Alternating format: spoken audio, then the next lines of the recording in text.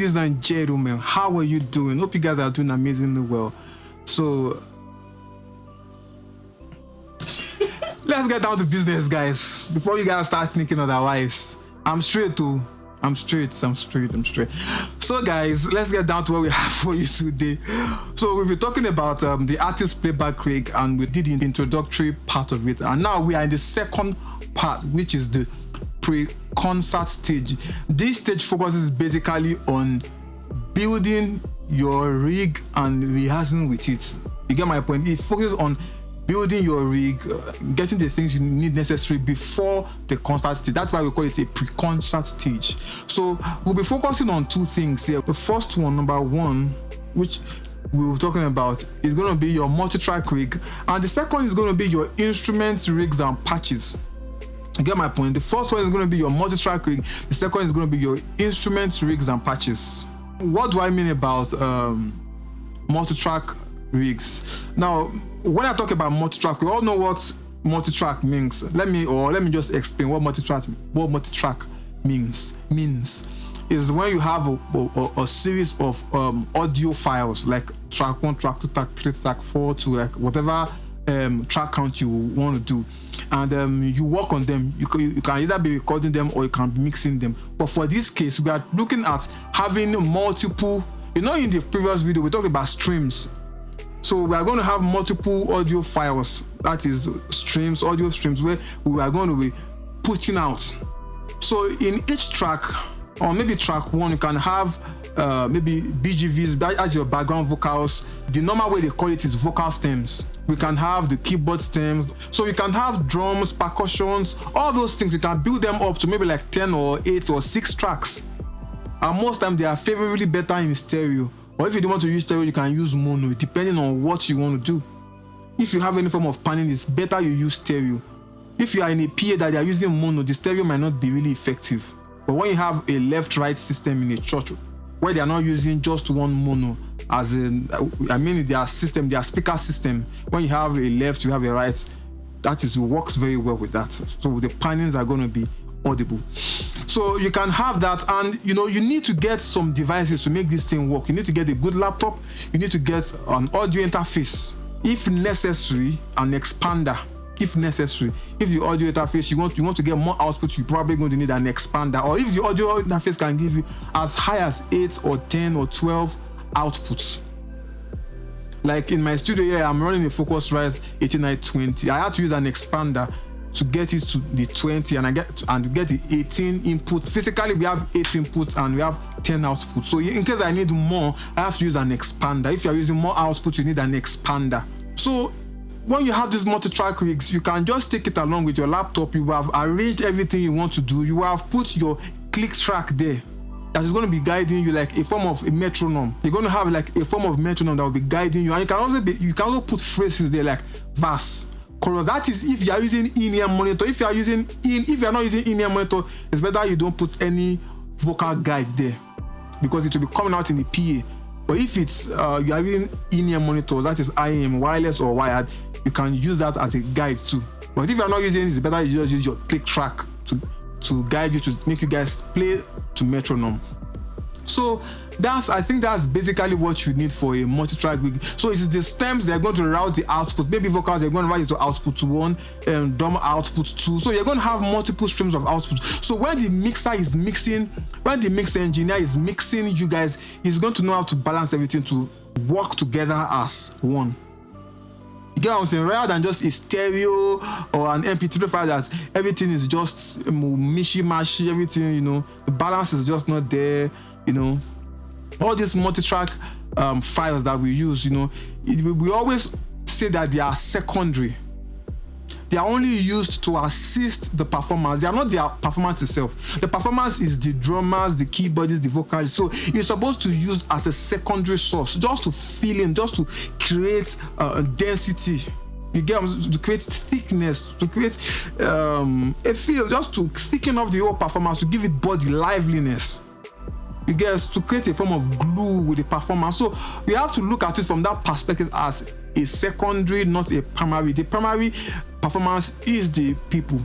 That is the the people physically on the stage. The virtual performance is the secondary one, which is the multi-track rigs that we just talked about. So I think that's the basic thing you need for a multi-track rig, whether you are an indie artist or you are a record artist, anyone.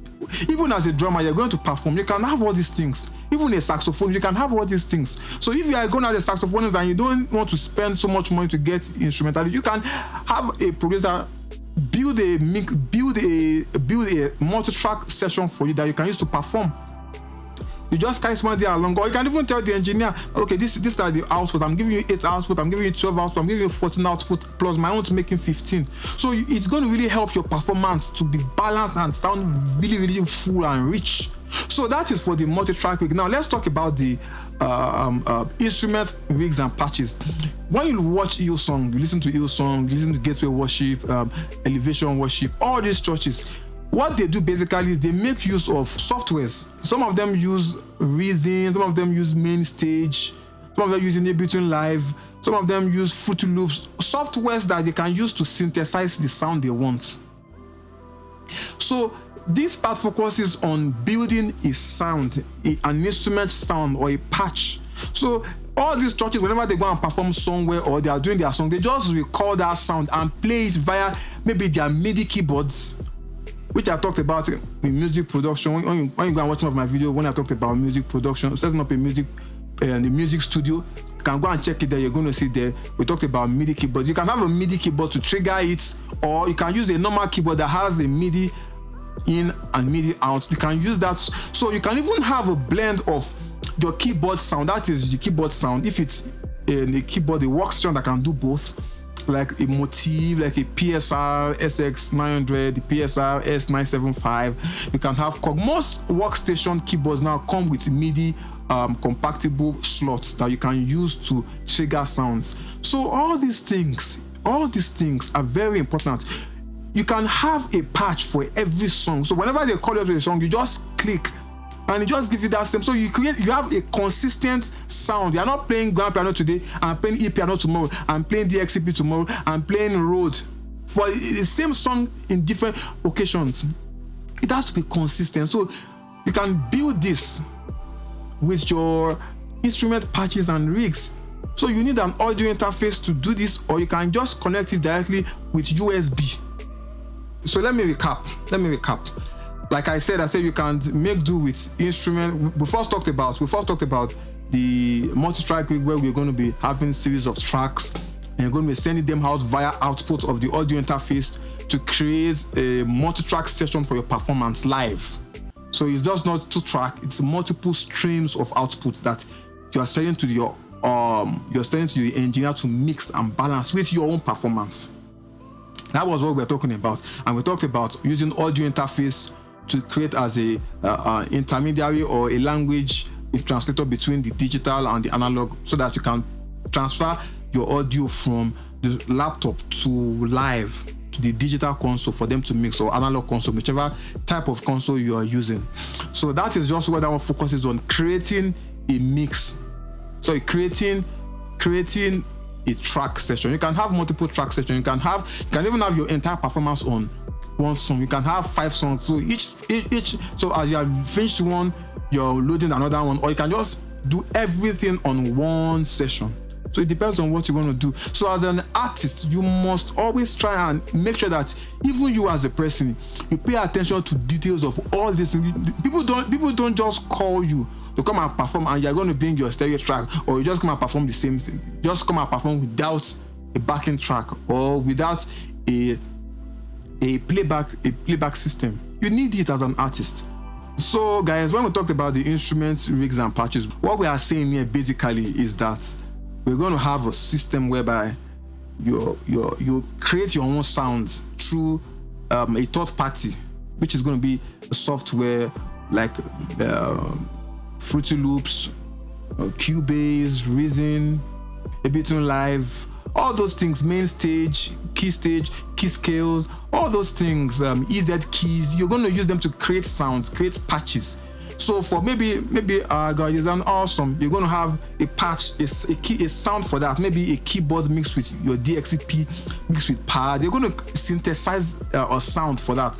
Maybe you have a pathway, maybe your high praise, maybe something like maybe a song like maybe God's great God, or maybe something like maybe our traditional songs. You can have synths, you can have even percussive elements, or you can just trigger and you can layer them. You can layer them on your keyboards. You get what I'm saying? So all these things is really all about how interested you are in this artistry of a thing.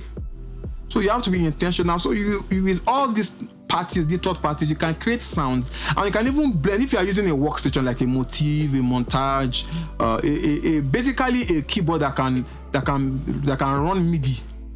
They can send MIDI informations. You can blend the keyboard sound, that is the sound of the hardware, plus the software. We can create a band, but there might be little latency, but I think it's manageable. If it's not so obvious. Sometimes I don't know, it could be obvious, sometimes it might not be obvious. So you can blend it together. So it's always good to use a workstation because of a purpose that I'll be stating in the concert stage, which is going to be the last stage. So go and watch out for that video. That is where I'll be stating why we use a workstation compared to a MIDI keyboard or a MIDI trigger or a MIDI performer. So guys, that is just basically what it is. You guys need to work on the things that you do. Make sure that everything you're doing, you're on point. You don't let anything come in your way of becoming the best version of you can ever be as an artist or as a musician, because musicians, all of us are all artists. You know what I'm saying? You become an artist when you become creative, when you take possession of your art. It is not someone that is determining it, it's someone that is enhancing it for you, but you are the visionary. You stay in front, give the vision, and let people run with it. So guys, it's as simple as that. I hope you understand it. And if you need more information, you guys can always chat me up, contact me. You can chat me up on WhatsApp. You can, anything you need, guys, we are here. You can drop a comment and I'll respond to it. Any other thing you want me to talk about, I made a mistake, I didn't make a mistake, a comment, an addition, a subtraction, anything you want, basically, guys, just put it right there. You know what I'm saying? Just drop it in the bag and drop it in the comments box right down there. So guys, thank you very much. Have a lovely day. Enjoy yourself. Stay blessed. I love you.